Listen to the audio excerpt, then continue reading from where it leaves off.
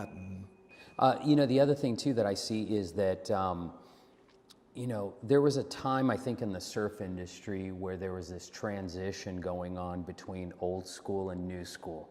And I think there was a period back in the 90s that heritage brands were kind of deemed old school. There was like the Harbor, the Katin, longboards, Bruce Jones. It's kind of like that's my dad's brand or my grandfather's shop, right, type of a thing. And then we came in 1991, and it was kind of like this new school movement of like Volcom and SMP and Quicksilver and Billabong and all those guys. And there was this kind of tension between the two, decades, I would say, and now, it seems as if there's this respect coming back for the heritage brands like Katin, right? So talk about a little bit the tension in those times between the old school brands and the new school brands, and now you guys are highly respected. Yes. At that time, surfing hadn't looked at its history. It hadn't gone, wow, we remember so-and-so and so-and-so. Now we go, there's PTs out there, Rabbit Bartholomew, gosh, I can't think of them all. Guys like MR, Sean Thompson. They haven't really gone to them, and it wasn't long enough where there was history. But what they did, they made history. And I knew that sometime during that time where the brands were kind of, changing, that surfing would look to its history, and we would shine prominently because we were there at the very beginning. And it was tough because we were considered more of a longboarder, an older guy brand. Mm-hmm. But in 1991, I licensed the brand to Rick Lohr and Bill Sharp, and they started off and they started building the brand.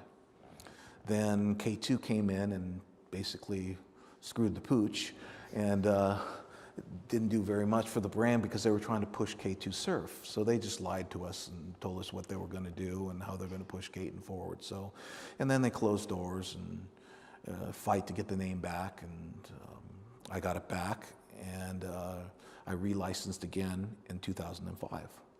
Got it. And is that the group that you're with right now? That's the group I'm with right now. So talk about the licensing side of it. Okay, so you have the surf shop, and if any of you have ever been to this shop, you know what it's about. But if you haven't, I would highly recommend that you go and see it, because it is a historic, piece of retail within the surf industry. Just so much heritage there. It is a surf shop. It is. It is. You can smell the wax. We have this big gigantic wax ball in the back where the surfboards are, and it's not shiny racks and everything, is in perfect shape. The floors are concrete and the ceiling needs painting and stuff like that, but it's a surf shop. Yeah, that's one of the things that I always loved. It's like when I go into shops, there's three things that I love smelling when I go in there, and that's the surf wax, the neoprene from the wetsuit, mm-hmm. and the resin from the surfboards. I mean, it's just, if you're into surfing, that is just like the perfect smell. Well, we have all that. Yeah.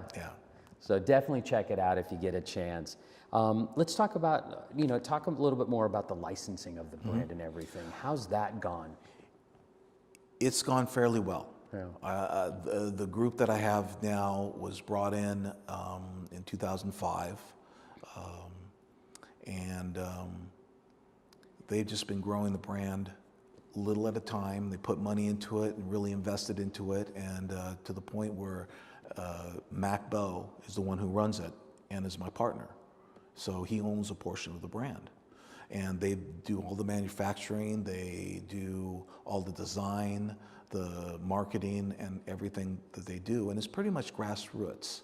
It's not that we've blared advertising out there everywhere, but just because the way we make the trunk and the designers that we have, every place we've put them, it's sold well.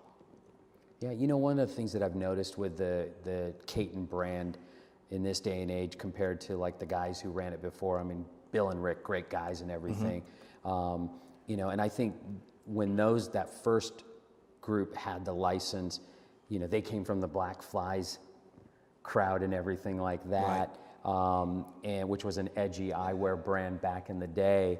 You know, to me, it kind of felt as if they were trying to inject a little bit of that new school vibe into Katin, Exactly. which wasn't necessarily a bad thing at the time, but looking back on it now, it would have probably been better to have, you know, embraced the heritage. And what I see with the new guys is that they are all in on the heritage of it. They're not trying to be modern or anything like that. They're really embracing the heritage of the brand. Yeah, one of the years the designer had made Sato, one of the things. So they had kind of Japanese designs and different things like that because my mom is Japanese. I'm half Japanese, half American mutt. And one year it was about Walter and his boat. So they had different themed T-shirts and stuff like that. So he has a theme each year that he produces off of, and he changes it every year. And he's kept true to our old saying that Nancy made is quality, durability, and good looks. Yeah. I think it's got to be easier for a designer to pull ideas from the past than it is to try and predict the future, probably, right? Yeah. Because then you're just chasing a trend. Well, at that time, there was these fledgling magazines. One was called Surfer and the other was called International Surfing, which turned out to be Surfing. Well, they came to Nancy because at that time she was booming, and she took out the back page of both those magazines for about 10 years. Wow. She helped them make those magazines. That's incredible. Then she started the Pro-Am in 1977. Oh, that's right. Yeah, let's talk about the Katin Pro-Am, because that was an iconic surf event. I mean, some of the best surfers in the world. Yeah. And at that time, she made a purse of $10,000, which was unheard of. Yeah. Now you think $10,000 and you're laughing because there's millions of dollars in these things now with all these marketing machines. But back then, that was like, you know, gold. That was it. Yeah, but I think the other thing that was different about the Katin Challenge was that it was a team sport. Yes. You know, there was a team component there. Absolutely. And I think that's what got people excited, because I remember going down there to see the event. It was really fun. Yeah, it was 4-man teams, and they would gain points as they kept going through the ranks. And the different thing between the Katin Pro-Am and other surf contests, nobody was seeded. So in the first round, you could get a Hans Hedemann or a Sean Thompson or PT or any of those guys. You can get those guys, Rab Bartholomew, Reno Abalera. Yeah. They all came. They all came. Yeah, it was always a who's who of professional surfing that came to this event. And, you know, I think one of the things as I look back on my time in surf retail was I always looked at the Katin Team Challenge as something that was really exciting. Here you've got this small surf shop with a little bit of a brand extension, and it's got one of the most exciting surf events in the world going on, where the best surfers came.